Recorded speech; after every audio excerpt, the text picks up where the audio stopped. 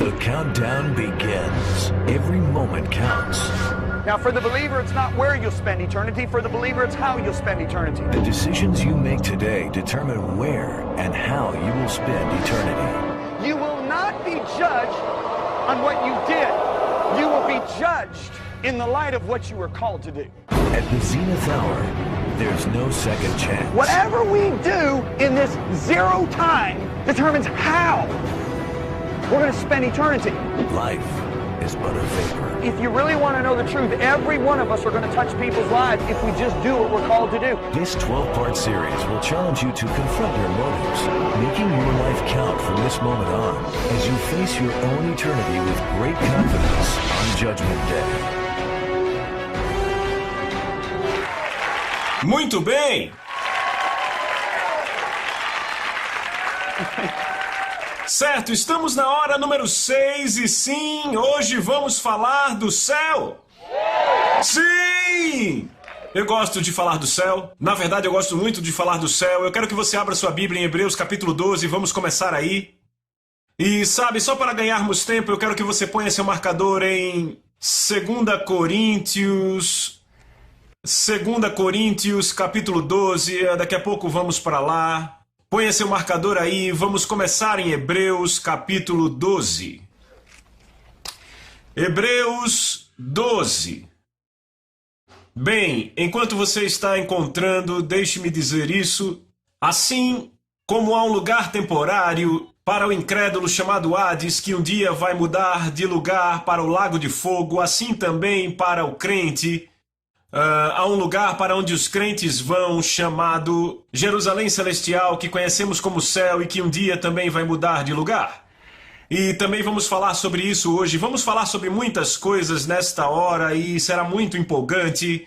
Então, primeiro, vamos para Hebreus capítulo 12. Eu quero ler do versículo 22. O escritor diz: mas vocês chegaram ao monte Sião, e deixa eu dizer isso.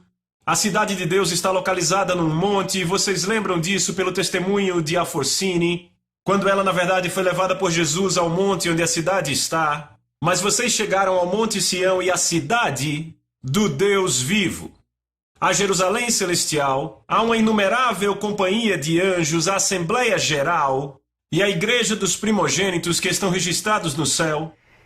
A Deus, o juiz de tudo, aos espíritos dos homens justos que foram aperfeiçoados, a Jesus, o mediador da nova aliança, e ao sangue da aspersão que fala coisas melhores do que o de Abel. O que é fantástico é que o escritor fala de todos os cidadãos do céu, ele passa por tudo. Pai, está tudo aqui, notaram? Primeiro ele diz que é uma cidade, e vocês notarão daqui a pouco, que não é uma cidadezinha, é uma cidade enorme. Primeiro, deixa eu dizer isso. Outros nomes para o céu são Jerusalém lá de cima, Gálatas 4:26, terceiro céu e paraíso. Mas o escritor aqui passa por todos que vivem nessa cidade. Quem são eles? Primeiro ele diz o Pai. Você viu isso, certo? Vocês chegaram a Deus o Pai, certo? A cidade do Deus vivo. Então ele fala do Senhor Jesus, certo? Veja o verso 24, Jesus o mediador da nova aliança. Então ele fala de uma miríade de anjos. Vocês veem isso aí? E então ele fala da Assembleia Geral. Quem é a Assembleia Geral? Ela é formada pelos santos da aliança do Velho Testamento, certo? E então ele diz que chegaram à Igreja dos Primogênitos. Bem, o primogênito é Jesus Cristo, então a Igreja dos Primogênitos é aquela formada pelos que foram salvos através do sacrifício de Jesus, correto? Então, vocês notam que ele fala do Pai, Jesus, e ele fala dos anjos, certo? Ele fala dos santos do Velho Testamento, a Assembleia Geral, ele fala da Igreja dos Primogênitos, os que morreram em Cristo, que receberam a recompensa. Mas há mais um grupo de pessoas que ele fala aqui. E qual é? Os espíritos dos justos aperfeiçoados. Quem são essas pessoas? Notem que ele não diz os corpos dos justos aperfeiçoados, ou a alma dos justos aperfeiçoados, mas o espírito dos justos aperfeiçoados. Quem são esses? Eu digo quem são, somos nós. Hebreus 4,16 diz: dessa forma nos acheguemos ousadamente ao trono da graça. Podemos ir à sala do trono, não nossas almas, não nossos corpos, mas nossos espíritos. Não é verdade? Se Deus diz para nós na terra, venham com ousadia para o trono da graça, Ele está falando conosco aqui nessa terra. Sabe, muita gente é muito bem conhecida no trono da graça, sabe por quê? Porque vão lá frequentemente através da oração. Você vai lá pela adoração, vai lá pela oração. Sabe, eu preguei sobre isso numa conferência alguns meses atrás e o pastor ficou tão empolgado. Era uma conferência enorme na região sul. Ele veio e disse, John, sabe, eu fico adorando às vezes e tenho a impressão que tenho relances do trono. Eu disse, você tem? Porque você é um desses espíritos dos justos aperfeiçoados. Porque nós vivemos, nós estamos em Cristo. Desta forma, nós também residimos no céu. Embora nossos corpos estejam aqui, entendem? É muito legal, não é? Lembra que Paulo, falando da igreja, disse, eu estou com vocês em espírito, me alegrando de ver sua boa obra, embora não estivesse lá fisicamente? Deus diz que você pode ir para o trono da graça. Você precisa entender, somos um espírito, temos uma alma e habitamos num corpo. E eu não estou falando de nada demoníaco, eu estou falando de algo bíblico. Deus diz para nós hoje, nesta terra, você pode chegar com ousadia ao trono da graça. Os espíritos dos justos aperfeiçoados, eu e você chegamos lá pela oração. Uau, eu prego para mim e fico feliz. Vocês entendem isso? Então eu quero que você vá comigo para 2 Coríntios capítulo 12 e eu quero te mostrar que o céu é um lugar real. Porque Paulo aqui em 2 Coríntios capítulo 12, começando do versículo 1, ele diz, sem dúvida não é proveitoso que eu me glorie, então eu passarei as visões e revelações do Senhor.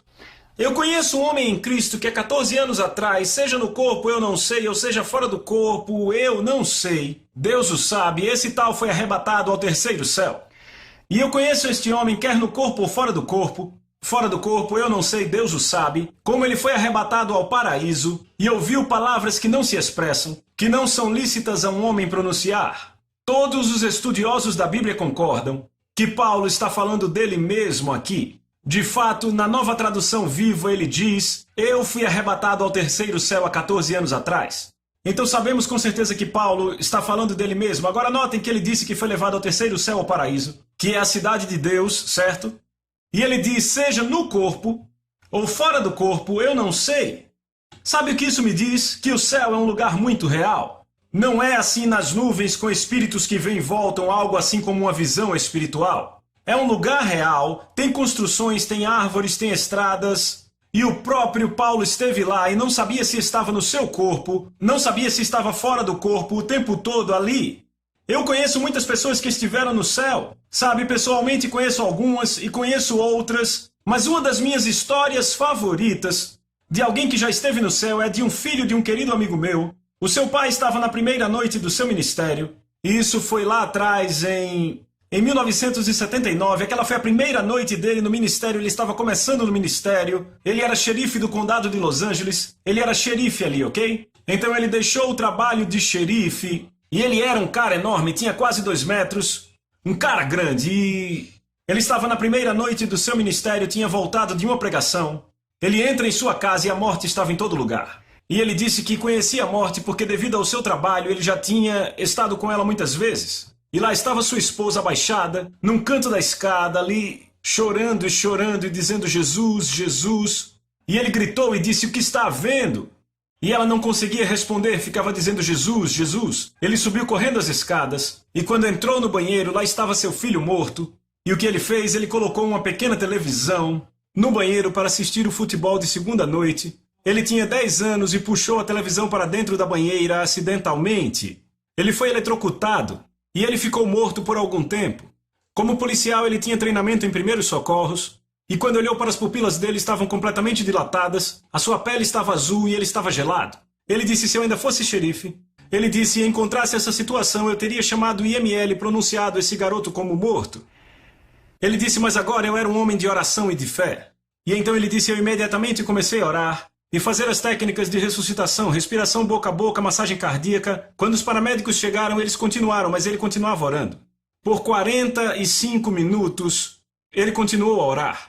Os paramédicos começaram a ficar um pouco impacientes e pensaram, esse cara é um fanático, vamos sentar e esperar ele desistir. E de repente ele disse, pai, minha fé acabou, mas eu sei que existe outra fé. Ele disse, eu preciso dessa fé, o dom da fé achado em 1 Coríntios 12. Ele disse, eu preciso dela agora. Ele disse que assim que ele disse isso, ele sentiu algo tocando o topo da sua cabeça. E ele disse que ele sentiu descendo pela sua cabeça assim. E ele disse, quando chegou na minha boca, ele disse, de repente eu olhei para o meu filho e eu gritei essas palavras, você viverá e não morrerá em nome de Jesus. De repente aquela máquina, o monitor, começou bip, bip, bip. Os paramédicos ficaram malucos. malucos, começaram a agarrá-lo, desceram as escadas com ele, e quando chegaram na ambulância, sua pele já estava na cor normal, suas pupilas voltaram ao normal, e ele ficou, meu Deus, temos um milagre, meu filho está vivo. Eles chegaram ao hospital, os médicos o chamaram em uma sala, ele estava tão empolgado, e disseram, olhe, o seu filho teve um problema sério que começou nos rins, e o termo leigo que eu posso usar é que o seu filho agora está vegetando, certo? Não houve atividade cerebral por muito tempo, e agora o seu filho vai ficar com a idade mental de um garoto de 3 anos, com um QI de 0.1. Um QI de 0.1. Se ele viver, ele vai ser basicamente um vegetal. Então, ele não recebeu aquilo, e ele continuou a orar, então... Ele estava certo que teve um milagre maravilhoso e deixa eu dizer, o seu filho ficou em coma por 7 meses. Ok? Nada por 7 meses. Ele continuou a fazer orações e cantar adoração, a pôr ministrações em fitas para seu filho ouvir. Ele não permitia que ninguém dissesse que seu filho não seria um ser humano normal. Depois de 7 longos meses, e acredite, é um testemunho longo por tudo que ele passou, um dia, 7 meses depois, ele estava no quarto, seu filho acordou. Ele olhou para o filho, perguntou o número do telefone e ele disse. Ele perguntou qual o número antigo do telefone, ele disse qual o meu nome, qual o seu nome, e ele foi respondendo. E a história completa é maravilhosa, ele se formou na escola, ele era presidente do Grêmio, ele foi para a universidade e se graduou com uma nota excepcional, e agora ele é graduado numa escola bíblica, e ele crê que tem chamado de evangelista, certo? Então... Aí é que a história fica boa. 3 dias depois que ele voltou do coma, o seu pai notou que havia um brilho no seu rosto. Ele olhou para o filho e disse, o que está acontecendo?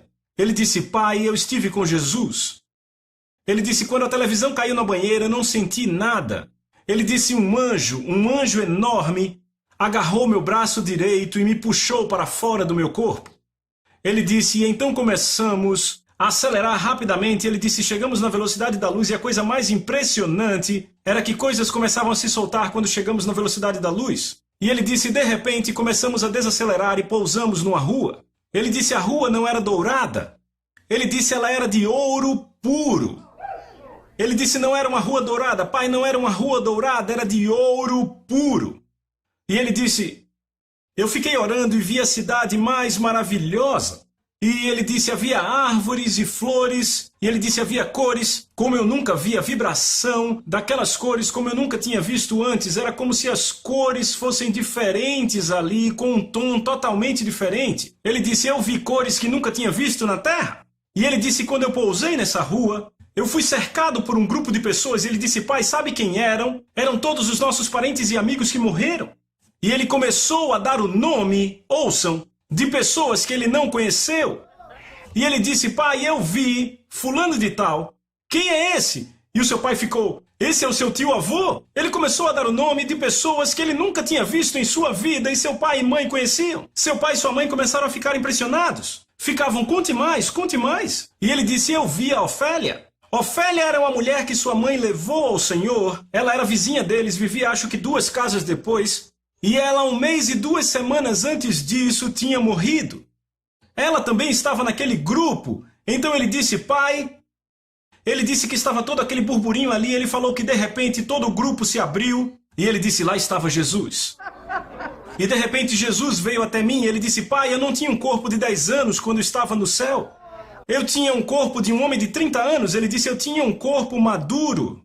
Ele disse, Jesus andou até mim e me deu as boas-vindas. E Jesus perguntou, você gostaria de ver a cidade? Ele disse, sim, eu adoraria ver a cidade. Ele disse, Jesus começou a me levar. E ele disse, espere, eu anotei isso aqui. Ele disse, havia flores. Ele disse, havia rochas. Ele disse, havia grama. E ele disse, é como se tudo estivesse mais vivo. E ele disse, por exemplo, se eu pisasse na grama, era como se a grama abrisse e depois voltasse para o lugar onde estava. Como você deixasse uma pegada e depois ela voltasse onde estava. Ele viu as mansões da sua mãe, do seu pai, dos seus irmãos. Jesus, na verdade, mostrou a ele as mansões deles. Ok? E ele disse, eram maravilhosas, eram casas muito, muito bonitas. E ele disse que Jesus o levou pela cidade, e era uma cidade enorme. Ele disse, era enorme, havia momentos em que flutuávamos. Ele disse, outras vezes eu aparecia nos lugares e outras eu andava. Sabe, podia fazer tudo, você podia imediatamente desaparecer e aparecer em outro lugar, podia flutuar. Certo? Não é verdade? Quando Jesus subiu, ele não flutuou. Certo? Jesus não desapareceu e apareceu em outro lugar. Ele disse, então Jesus me levou a um lugar e disse, eu tenho que te enviar de volta. E ele disse, não, eu não quero voltar. E então o Senhor o levou a um lugar onde abriu um véu e disse, aquele é seu pai, orando para você voltar. E ele disse, seu pai tem autoridade. Ele disse, então você vai voltar porque eu te chamei como evangelista. E então quando ele voltou, ele olhou para o seu pai e disse, se isso acontecer de novo, não me chame de volta. Sabe, isso é interessante, mas sabe, eu descobri que a maioria das pessoas que experimentaram o céu, sabe, elas não queriam voltar. Porque veja o que Paulo diz em Filipenses 1:23 na Amplificada. Ele diz, o meu intenso desejo é partir, ser livre desse mundo, ir adiante e estar com Cristo. Isto é muito, muito melhor. Note que ele não diz que é melhor. Ele não diz que é muito melhor, ele diz que é muito, muito melhor. Por que Paulo diz isso? Porque ele esteve no céu. Ele viu o céu. Por isso que Paulo podia dizer é muito, muito melhor do que estar aqui. Estão comigo? Então, como já mencionamos, nós somos um espírito, temos uma alma e vivemos num corpo. E como eu mencionei em uma das horas anteriores, quando nascemos de novo, o que acontece? O nosso espírito se torna uma nova criação, certo? Somos um indivíduo completamente novo.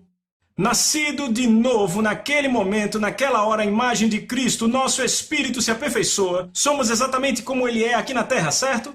Ok? 1 João 4,17 diz, porque assim como ele é, assim somos nós aqui neste mundo, correto? A Bíblia diz que quando ele vier, nós o veremos e o conheceremos porque seremos como ele é. Nossos espíritos são feitos à imagem de Cristo no momento que nascemos de novo. Mas uma vez que nascemos de novo, aí começa o processo de salvação da alma. Repita, da alma. O que é a sua alma? A sua alma é a sua o quê? A sua mente, a sua vontade e as suas emoções. Ou podemos dizer seu intelecto, a sua vontade e suas emoções. Certo? Uma vez que você nasce de novo, então começa o processo da salvação da alma. Veja aqui Tiago 1,19. Então, meus amados irmãos, então a quem ele está falando? Está falando com crentes. Todo homem, pois, seja pronto para ouvir, tardio para falar, tardio para se irar. Porque a ira do homem não produz a justiça de Deus. Portanto, meus irmãos, certo? Deixem de lado toda impureza e acúmulo de maldade e acolhei com mansidão a palavra implantada, que é poderosa para salvar a sua alma. Ele está falando com crentes, meus irmãos. Ele diz, notem que a palavra implantada, repitam, implantada. A palavra implantada é poderosa para salvar as nossas almas. Então esse é um processo que leva tempo e esse é o único processo em que nós temos a responsabilidade de cooperar, seja retardando ou acelerando. Eu vou ler direto das minhas anotações. A alma é a única parte do homem onde podemos ajudar a determinar o nível da salvação. Se cooperamos ouvindo e agindo, aceleramos o processo, mas ao contrário, se não cooperarmos, com falta de obediência e de ação na palavra, retardamos. A transformação da nossa alma ou a salvação da nossa alma é crucial para terminarmos bem como crentes. A última parte a ser salva são nossos corpos. E eu quero ler em 2 Coríntios capítulo 5, vão comigo para lá. 2 Coríntios capítulo 5. E eu quero falar sobre a salvação dos nossos corpos. Então veja, no momento em que você nasce de novo, então a sua alma está num processo de ser transformada ou salva, certo? E então virá a salvação do corpo, repitam, do corpo. Certo? 2 Coríntios, capítulo 5, lemos, pois nós sabemos que quando essa tenda terrena, lembrem, eu estou lendo da Nova Tradução Viva, e isso é 2 Coríntios, capítulo 5, verso 1. Pois sabemos que quando essa tenda terrena, e tenda seria nosso corpo, na qual vivemos for derrubada, quando morrermos e deixarmos esse corpo, teremos um lar no céu. Um corpo eterno, feito para nós pelo próprio Deus e não por mãos humanas. Nos desgastamos nesse corpo de agora e desejamos o dia em que colocaremos os nossos corpos celestiais como roupa nova, glória a Deus, porque nós não seremos espíritos sem corpos. Diga comigo, não seremos espíritos sem corpos. Mas colocaremos nossos novos corpos celestiais, ele diz, verso 4, nossos corpos mortais nos fazem angustiar e gemer. Mas não é definitivamente o fato de querermos morrer e não termos corpos. Queremos passar aos nossos novos corpos, de forma que esses corpos mortais serão engolidos pela vida eterna. O próprio Deus nos preparou para isso, e como garantia ele nos deu o seu Espírito Santo. Então estamos sempre confiantes, muito embora sabemos que enquanto vivemos nesses corpos, não estamos em casa com o Senhor. É por isso que nós vivemos por crer e não por ver, por fé e não por vista. Sim, estamos plenamente confiantes, e nós preferíamos, vejam isso, preferíamos estar fora desses corpos, porque aí estaríamos em casa com Deus. Esse é o desejo verdadeiro de todo crente. Você pode dizer amém?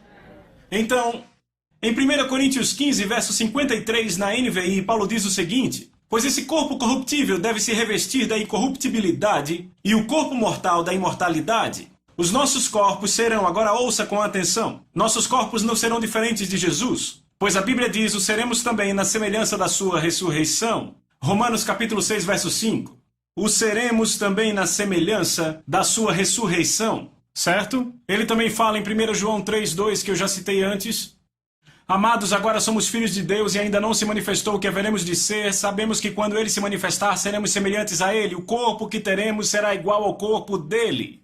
Lembrem, ele é o primogênito de entre os mortos. Estão comigo? Ele é o primogênito de muitos irmãos. Então, se examinarmos o corpo de Jesus depois da ressurreição, vamos descobrir muito sobre como será o nosso corpo, não é verdade? Então vá comigo para o Evangelho de João, capítulo 20. Evangelho de João, capítulo 20, por favor. Eu não sei vocês, mas eu fico muito empolgado com isso. Evangelho de João, capítulo 20. Certo, eu quero ler o verso 11. Maria permanecia junto à entrada do túmulo chorando. Enquanto chorava, baixou-se e olhou para dentro do túmulo e viu 2 anjos vestidos de branco sentados onde o corpo de Jesus fora posto, uma à cabeceira e outra aos pés. Então disseram, mulher, por que choras? Ela disse, porque levaram o meu Senhor e eu não sei onde o puseram. Agora veja o verso 14. Tendo dito isto, voltou-se para trás e viu Jesus em pé, mas não reconheceu que era Jesus. Jesus disse a ela, mulher, por que choras? A quem procuras? Ela, supondo ser ele o jardineiro, disse a ele, Senhor, se tu o tiraste, dize-me onde puseste, e eu o levarei. Jesus disse a ela, Maria. Ela se virou e disse, Rabone, que quer dizer mestre. Agora eu quero que vocês notem algo aqui. Quando ela viu Jesus, no seu corpo ressuscitado, ele não parecia um alien de ficção científica. Ela o confundiu com o jardineiro. Sabe o que isso me diz? Ele parecia um ser humano. Tinha um corpo muito similar ao nosso. E foi só quando ele disse Maria e ela ouviu a voz dele que ela o reconheceu. Então ela estava tendo uma visão. Ela estava tendo uma visão de Jesus. Bem, se você for para o Evangelho de Lucas, capítulo 24, descobriremos. Evangelho de Lucas, capítulo 24. Então a pergunta é, será que ela teve uma visão dele ou ela viu realmente carne? Evangelho de Lucas, capítulo 24, por favor. Eu quero começar no verso 36, a partir dele. Falavam ainda estas coisas quando Jesus apareceu no meio deles e lhes disse, Pai seja convosco. Mas eles estavam surpresos e atemorizados e acreditavam terem visto um espírito. Em outras palavras, disseram, certo, estamos vendo um espírito porque, sabe, as portas estavam fechadas. Ficaram chocados. Eles sabiam que ninguém podia entrar, de repente Jesus aparece, sabe, isso não é hilário. Aqui vem Jesus no meio deles, assusta eles loucamente e ele diz, não tenho medo, fiquem em paz, sabe, que senso de humor Deus tem, não é? Então, verso 38, ele disse a eles, por que estáis perturbados? E por que sobem dúvidas ao coração? Agora veja o verso 39. Vede as minhas mãos e os meus pés, que sou eu mesmo, apalpai-me e verificai, porque um espírito não tem carne nem ossos, como vedes que eu tenho. Então ele disse, me toquem, ponham as mãos em mim e apalpem, porque um espírito não tem carne e osso como eu tenho. Notem que ele diz carne e osso, não diz carne, osso e sangue. Sabe por quê? Todo o seu sangue foi aspergido no trono de Deus. Entenda, realmente é um trono de misericórdia, há uma sala do trono. Ele aspergiu todo o seu sangue no trono da misericórdia. E agora o que eu pessoalmente acredito que flui nas suas veias é a glória de Deus. Mas ele diz, me apalpem, porque espírito não tem carne e osso como eu tenho. Então vejam que Jesus tinha carne e ossos, e eu sei que nós também teremos carne e ossos, certo? Porque a Bíblia diz que seremos na semelhança da sua ressurreição. Então Jesus podia comer comida? Bem, vocês devem saber a resposta. Vejam versos 41 a 43. E por não acreditarem eles ainda por causa da alegria, estando admirados, Jesus disse: tendes aqui alguma coisa para comer? Então lhe apresentaram um pedaço de peixe assado e um favo de mel, e ele pegou e comeu na presença deles. Certo? Na presença deles. Então, ele comeu bem ali. Há outros 2 lugares em que ele comeu. Uma no caminho de Emaús, quando viu os discípulos e foi à casa deles e comeu. E outra quando preparou o café da manhã para eles à beira do mar e comeram peixe. Então, nós vamos poder comer assim como Jesus podia comer. Estão comigo? O que mais poderemos fazer? Ele podia atravessar paredes e podia desaparecer. Vejam o verso 31. 24, verso 31. Diz então seus olhos, isso foi quando ele estava com os discípulos no caminho de Emaús. A Bíblia diz que lhe abriram os olhos e o reconheceram, mas ele desapareceu da presença deles. Então, isso explica como vamos poder viajar grandes distâncias quando estivermos no novo céu e na nova terra, também na cidade de Deus. Entenda isso, a cidade de Deus tem 3.000 quilômetros de comprimento, 3.000 quilômetros de largura e 3.000 quilômetros de altura. Compare isso com o tamanho dos Estados Unidos. É o tamanho da cidade. Como você pode ir da costa leste para o Kansas rápido assim? Você desaparece e reaparece. Era exatamente o que Jesus estava fazendo. Entendem agora? Então, vamos passar então para a realocação da cidade de Deus. Ela vai mesmo mudar de lugar, sabia disso? Certo? Primeiramente, antes de começarmos, deixa eu falar do que acontecerá aqui, certo? Depois que a era da igreja acabar, teremos uma tribulação de 7 anos, da qual a Bíblia fala claramente, certo? E nessa tribulação de 7 anos, em algum ponto, a igreja será arrebatada. A Bíblia é muito clara, Jesus descerá nas nuvens com voz de arcanjo e a trombeta de Deus. Os mortos em Cristo ressuscitarão primeiro e os vivos serão arrebatados. Então, isso vai acontecer em algum momento naqueles 7 anos. Algumas pessoas acreditam que será no começo, outras que será no meio e outras que será no final. Eu não vou falar disso. Quer saber por quê? Eu não quero perder o foco da mensagem. Seja no começo, seja no meio, seja no fim, esteja pronto, certo? Uma vez que os santos forem arrebatados, então a Bíblia diz que o homem de iniquidade será revelado nesses 7 anos e que ele vai unir o mundo e que eles vão entrar em guerra contra os santos e Jesus vai voltar. Estão comigo? E a Bíblia diz que em um dia Jesus vai esmagar o anticristo, o falso profeta, e as nações que estão em guerra no vale de Meguido, que chamamos de Armagedon. Ele vai esmagá-los em um dia com uma espada que sai da sua boca, certo? Então a Bíblia diz que as aves terão um banquete. Por que terão um banquete? Por causa da carne das pessoas mortas. Porque Deus vai enviá-las e elas vão comer toda a carne.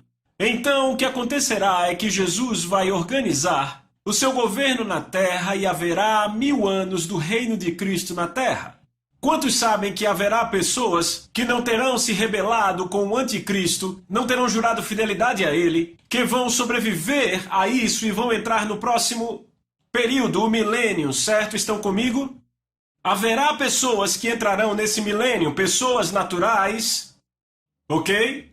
E então haverá 2 tipos de pessoas na terra. Haverá os santos glorificados que retornarão com Jesus nos cavalos, e então teremos as pessoas naturais que o quê? Não juraram fidelidade ao anticristo, nem foram para a batalha do Armagedon para lutar. Estão comigo? Elas vão entrar no milênio. Então, nesse milênio... E deixa eu dizer isso antes de continuar. Não é difícil entender como esses 2 grupos vão se relacionar.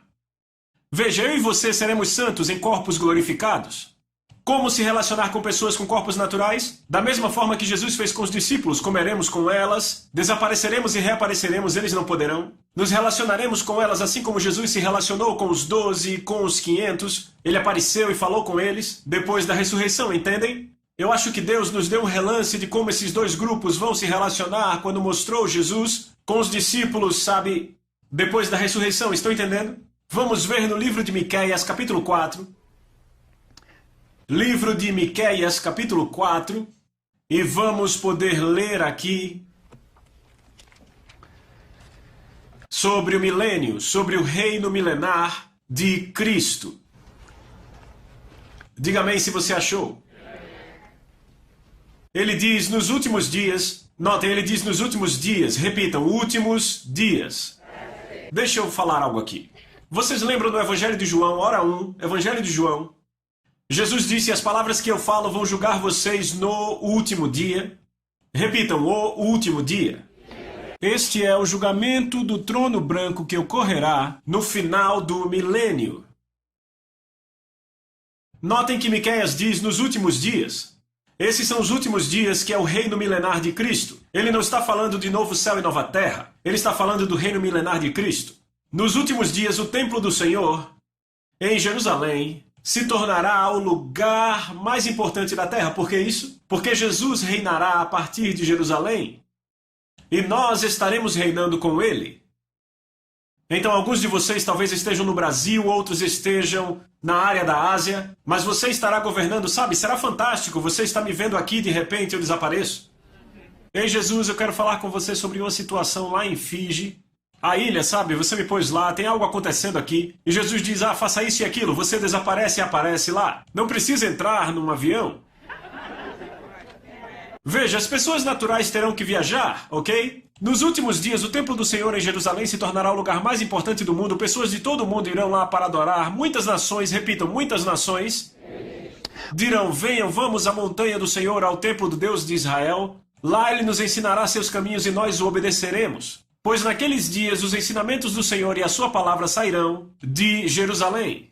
O Senhor resolverá disputas internacionais, todas as nações embainharão suas espadas e guardarão as suas lanças. Todas as guerras pararão. E o treinamento militar chegará ao fim, não haverá guerras. Não haverá fome ou pestilência. Não haverá doenças, não haverá tragédias, não haverá terremotos. Não haverá nada disso. No milênio, estão comigo? Isso é maravilhoso. Todos, verso 4, todos viverão calmamente nas suas próprias casas, em paz e prosperidade, pois não haverá nada a temer, o Senhor Todo-Poderoso nos prometeu. Embora as nações ao nosso redor adorem ídolos, seguiremos o Senhor nosso Deus para todo sempre. Aí ele volta ao tempo dele, certo? Ele troca, volta ao contexto dele.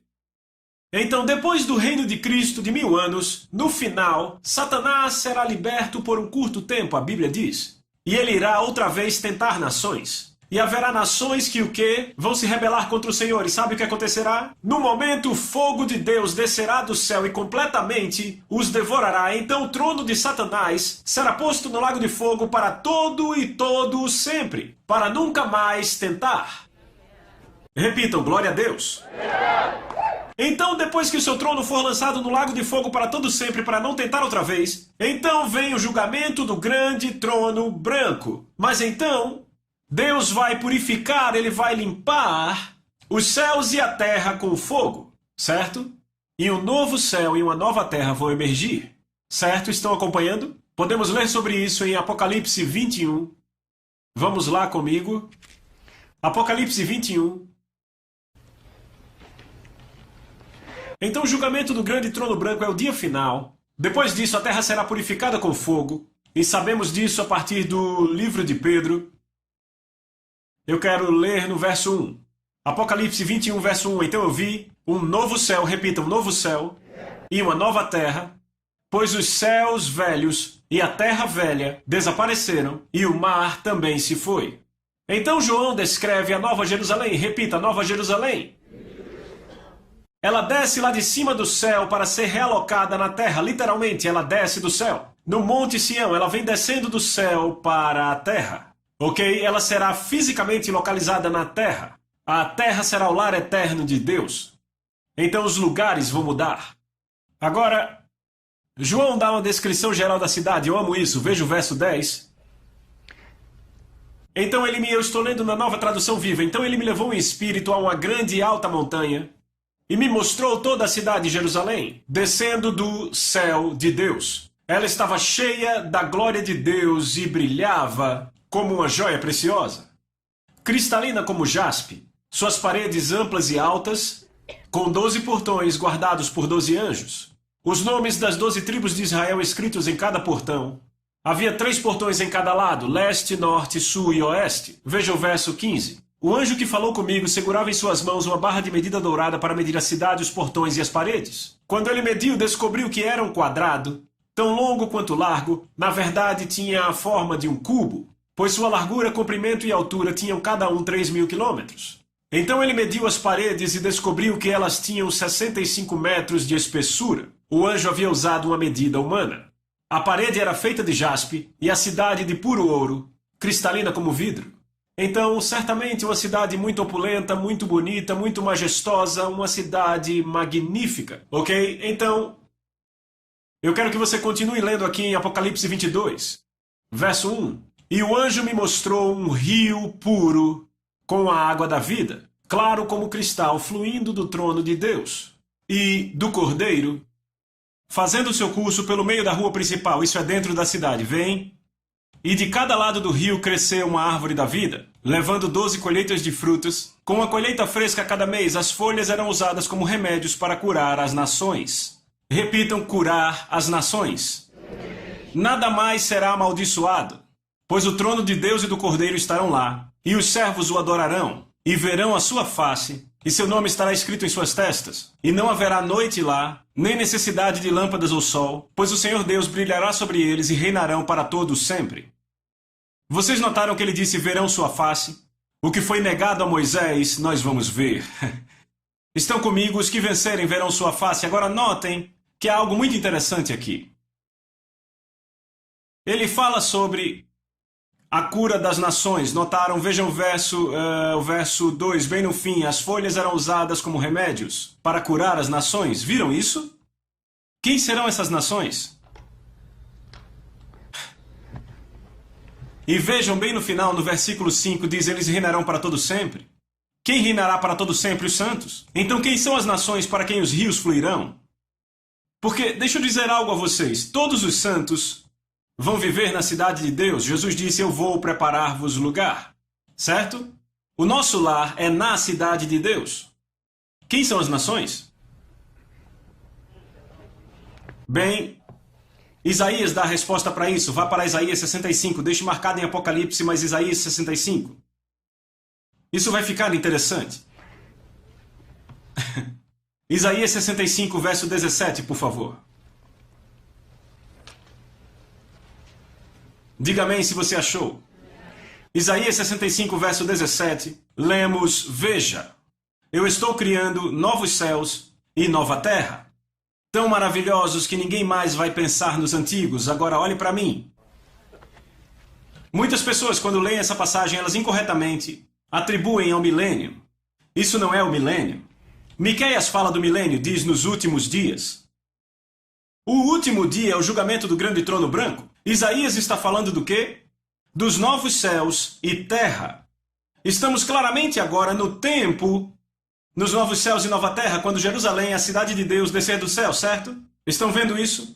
Veja, eu estou criando novos céus e nova terra tão maravilhosos que ninguém vai se lembrar dos antigos. Alegrem-se para sempre na minha criação e vejam, eu criarei Jerusalém como lugar de felicidade. O seu povo será uma fonte de alegria. Levarei alegria em Jerusalém, deleitarei meu povo, e o som de choro e lamento não será mais ouvido. Verso 20, não mais bebês morrerão com poucos dias, não mais adultos morrerão depois de viver uma vida inteira, não mais pessoas serão consideradas velhas com 100 anos, apenas pecadores morrerão jovens, se referindo a pecadores que morriam jovens. Nesses dias, em que dias? Repitam, nesses dias, que dias? De novo céu e nova terra. Pessoas viverão em casas que construíram e comerão fruto das suas próprias vinhas. Não será como no passado, quando invasores tomavam casas e confiscavam as vinhas, pois meu povo viverá tanto quanto as árvores e terá tempo para desfrutar os seus ganhos. Não trabalharão em vão, seus filhos não serão lançados ao azar. São um povo abençoado pelo Senhor e seus filhos também são benditos. Eu responderei antes de me chamarem. Enquanto ainda estiverem falando comigo sobre suas necessidades, eu responderei suas orações. O lobo e o cordeiro se alimentarão juntos, o leão comerá grama como o boi, cobras venenosas não atacarão mais. Nesses dias, ninguém será machucado ou destruído no meu santo monte. Eu, o Senhor, tenho dito.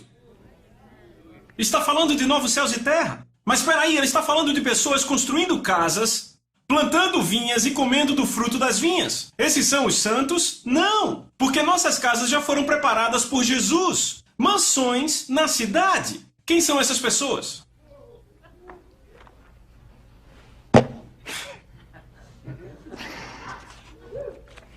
Quem são elas?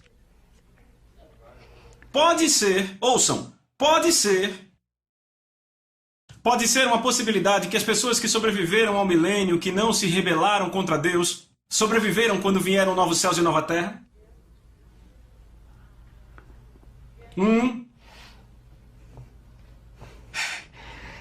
Veja, sabemos porque ele fala de bebês e tudo mais, sabemos que não são os santos, porque o que Jesus fala sobre os santos? Pois na ressurreição eles nem se casam nem se dão em casamento, são como os anjos de Deus. Mas ele está falando de bebês aqui. Mas ele está falando de bebês, pessoas, reprodução. Ok, uma possibilidade que pode ser questionada, e eu estou dizendo claramente, pode ser questionada, é que a humanidade pode passar por um período de 1000 anos e no final do milênio, ela pode receber uma oportunidade eterna se não tiverem se rebelado e ido com Satanás. Salmos 45:17 declara então as nações, veja, as nações te adorarão para todo sempre. Uma forma para entender essa possibilidade é ver essas pessoas como Adão e Eva antes da queda. Adão não foi criado para a morte. Quantos sabem, para viver para sempre? Certo? Então, somente os redimidos de Cristo com corpo glorificado habitarão na Nova Jerusalém. Entretanto, parece, de acordo com a Bíblia, que aqueles que terão corpos naturais poderão transitar e comer do fruto e adorar o Senhor. Isto pode ser visto nos escritos de João. Vamos voltar para Apocalipse 21. Volte para Apocalipse 21. Isso está aqui tão claro. Estamos falando de novos céus e nova terra, certo? 21, verso 1, certo? Veja o verso 24. As nações da terra andarão na sua luz, e os governantes do mundo virão e trarão a sua glória a ela. Suas portas jamais se fecharão ao terminar o dia, porque não haverá noite, e todas as nações trarão a sua glória e honra para a cidade. Está falando de novos céus e nova terra. Quem são as nações? Certo, eu vou ler direto do livro. A queda não dissuadiu Deus do seu plano eterno original para o homem na terra. Ele não criou Adão para morrer, o criou para viver para sempre, não é? Poderia Deus sofrer no final o fracasso do seu projeto por causa da desobediência do homem? Poderia Deus sofrer no final o fracasso do seu projeto por causa da desobediência do homem? Não, ao contrário, Deus reverteu a derrota do homem em bênção, reunindo dentre a humanidade caída um povo celestial glorificado. São os santos, você e eu. Através da redenção de Cristo, que finalmente reinaria sobre a humanidade na nova terra. Isso ajuda a entender as palavras de Jesus ao mordomo fiel. Muito bem, servo bom, porque foste fiel no pouco, dar-te-ei autoridade sobre 10 cidades. Lucas 19:17. Seriam essas cidades existentes no milênio e na era eterna de novos céus e nova terra? Eu não sei vocês, mas isso me empolga. Veja, quem vai governar e reinar? Se a Bíblia diz que reinaremos com Cristo, reinaremos sobre quem? Deus diz, eu terei um povo celestial, a imagem do meu filho que me ajudará a administrar o meu senhorio por toda a eternidade. Se a queda não tivesse ocorrido, Deus não teria uma classe glorificada de pessoas para ajudá-lo a administrar e governar sobre os assuntos da terra e do universo por todo sempre. Isaías 66, veja o verso 22. Tão certo, acharam, diga amém. Ele diz, tão certo quanto meus novos céus e minha nova terra permanecerão, também vocês serão sempre o meu povo. Com o nome que nunca desaparecerá, diz o Senhor, toda a humanidade virá adorar-me. De semana a semana e de mês a mês. E ao saírem verão os corpos mortos daqueles que se rebelaram contra mim, porque os vermes que os devoram jamais morrem, e o fogo que os queima jamais se apagará, todos os que passarem por eles o verão com absoluto horror. Você vê que Deus diz que do lado de fora da cidade haverá um lugar onde as pessoas poderão olhar para baixo e ver as almas atormentadas, queimando no inferno, lago de fogo, para todos sempre. Poderia Deus, na sua sabedoria, dizer, eu farei isso para ser um grande estímulo para as pessoas não se rebelarem contra mim? Porque lembrem, Lúcifer se rebelou quando ele não era o tentador. Mas agora quando virmos os corpos daquele que estão sendo o quê? Punidos para sempre, Satanás e todos aqueles que com ele rejeitaram Jesus, será um forte estímulo para as pessoas dos novos céus e nova terra que vivem nas cidades nunca fazerem isso de novo. Tem muita coisa dita nessa Bíblia que quando a gente coloca junto fica interessante, não é? Receberam algo aqui? Vejo vocês na próxima hora.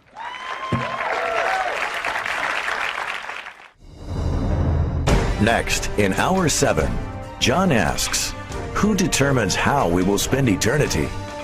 What part do motives play in our destiny? How do we prepare for our eternal future? These questions and others will be considered next in John's teaching, The Judgment Seat of Christ.